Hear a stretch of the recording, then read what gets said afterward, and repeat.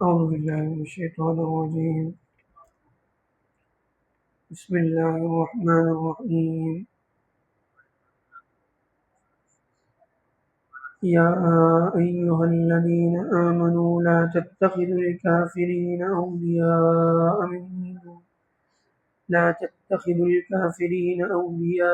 من دون المؤمنين أتريدون أن تجعلوا لله عليكم سلطانا مبينا إن المنافقين في الدرك الأسفل من النار ولن تجد لهم نصيرا إلا الذين تابوا وأصلحوا واعتصموا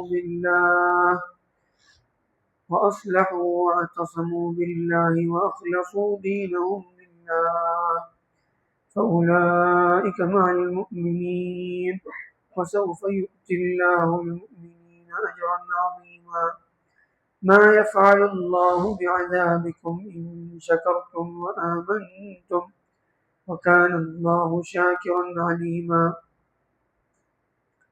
اللہ تعالیٰ فرماتے ہیں اے وہ لوگوں جو ایمان لائے ہو، کافروں کو اپنا دوست نہ بناؤ، ایمان والوں کو چھوڑ کر کافروں کے ساتھ اپنے تعلقات نہ بڑھاؤ. کیا تم چاہتے ہو کہ اللہ تعالیٰ تم پر کھلی ہوئی واضح حجت قائم کر دے تمہارے خلاف؟ یعنی پیچھے بھی اس طرح کی اس سے ملتی جلتی آیت اس سے پیچھے بھی گزری تھی کہ کچھ لوگ جو ہیں وہ کافروں کے ساتھ تعلقات بڑھاتے تھے، وہ یہ سمجھتے تھے کہ ان کے ساتھ تعلقات بڑھانے سے ہمیں عزت ملے گی اور ہمیں لوگوں کے اندر مقام حاصل ہوگا. اَيَبْتَغُونَ عِندَهُمُ الْعِزَّةَ فَإِنَّ الْعِزَّةَ لِلَّهِ جَمِيعًا. اللہ نے فرمایا کہ نہیں، عزت اللہ کے لیے ہے.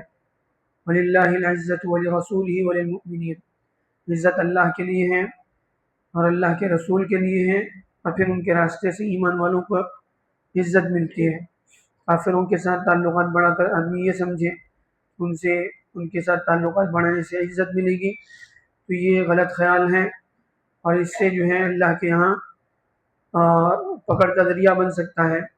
اور کہیں ایسا نہ ہو کہ ان کے ساتھ تعلقات بڑھاتے بڑھاتے آدمی اپنی ایمان سے بھی ہاتھ دھو بیٹھے، اس لیے کہ آدمی اپنے دوست کے دین پر ہوتا ہے. حدیث میں اللہ کے رسول نے فرمایا کہ الرجل علی دین خلیل، آدمی اپنے دوست کے دین پر ہوتا ہے. فَلْيَنْظُرْ أَحَدُكُمْ مَنْ يُخَالِفُ. لہٰذا وہ خوب اچھی طرح سے دیکھ لے کہ کس سے اس کی دوستی ہے. آدمی جن لوگوں کے ساتھ رہتا ہے، اٹھتا بیٹھتا ہے، ان کی عادتیں، ان کی صفات یعنی غیر محسوس طریقے سے آدمی کے اندر منتقل ہوتی ہے. تو کافروں کے ساتھ تعلقات بڑھانے سے جو ہے منع کیا گیا، بہت سختی سے قرآن مجید میں اس سے روکا گیا. ان المنافقین فی الدرک الاسفل من النار. لہذا جو لوگ کافروں کے ساتھ تعلقات بڑھاتے ہیں وہ کون لوگ ہیں؟ وہ تو منافقین ہوتے ہیں. اور منافقین کے بارے میں فرمایا کہ وہ جہنم کے سب سے نچلے درجے میں ہوں گے، یعنی سخت ترین عذاب ان کو جہنم میں ہوگا.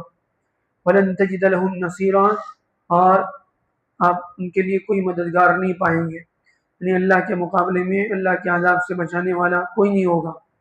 إِلَّا الَّذِينَ تَابُوا وَأَصْلَحُوا. ہاں، ان سب کے باوجود بھی جن لوگوں نے اللہ سے سچی توبہ کی اور اپنے اعمال کو درست کر لیا، اپنے عقیدے کی اصلاح کر لی، نفاق سے جو ہے حقیقی ایمان کو انہوں نے جو ہے حاصل کر لیا.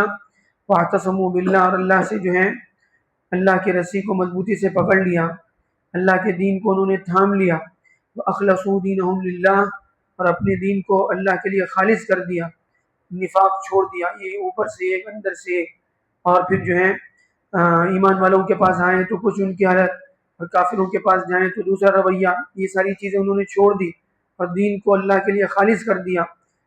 یعنی پکا منافق بھی کیوں نہ ہو، لیکن اگر اس نے سچی پکی توبہ کر لی تو اللہ کے یہاں اس کی بھی جو ہے معافی ہے. فَأُولَٰئِكَ مَعَ الْمُؤْمِنِينَ. اللہ تعالیٰ فرماتے ہیں ایسے لوگوں کا وہ حشر جو ہے وہ ایمان والوں کے ساتھ ہوگا. وَسَوْفَ يُؤْتِ اللَّهُ الْمُؤْمِنِينَ أَجْرًا عَظِيمًا. اور اللہ تعالیٰ جو ہے ان کو یعنی بہت بڑا بدلہ، عظیم اللہ کی طرف سے اجر عظیم کا ان کے لیے وعدہ ہے۔ کون لوگ؟ منافقین، جو جہنم میں سب سے نچلے درجے میں ہوں گے۔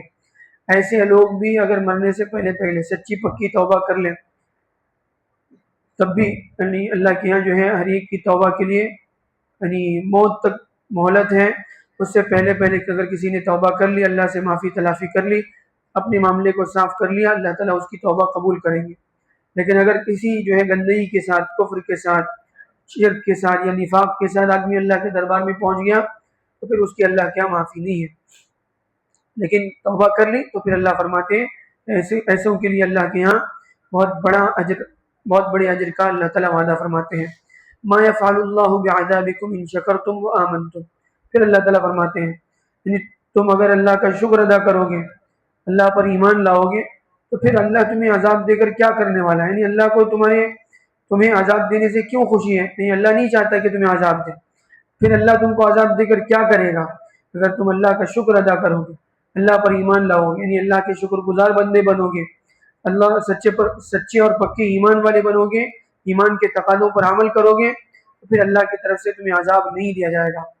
یعنی اللہ تعالیٰ کسی کو زبردستی عذاب نہیں دیتے۔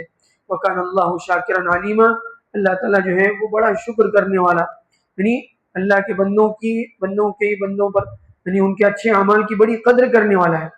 اللہ کی ذات وہ ہے جس کے ہاں چھوٹے چھوٹے اعمال کی بھی قدر ہے، لہذا اللہ تعالیٰ جو ہے کسی کے عمل کو جو ہے خواہ ضائع نہیں کرتا۔